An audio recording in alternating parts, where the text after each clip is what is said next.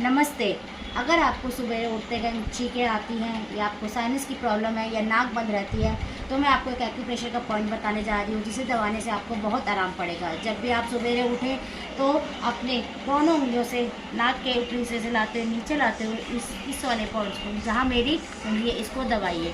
फिर ऊपर से लाइए, फिर इसको दबाइए, फिर ऊपर से लाइए, फिर इसको दबाइए। कम से कम इसको 2 मिनट करें तो देखिएगा आपके साइनस की प्रॉब्लम या छींक आने में कितना आराम पड़ेगा।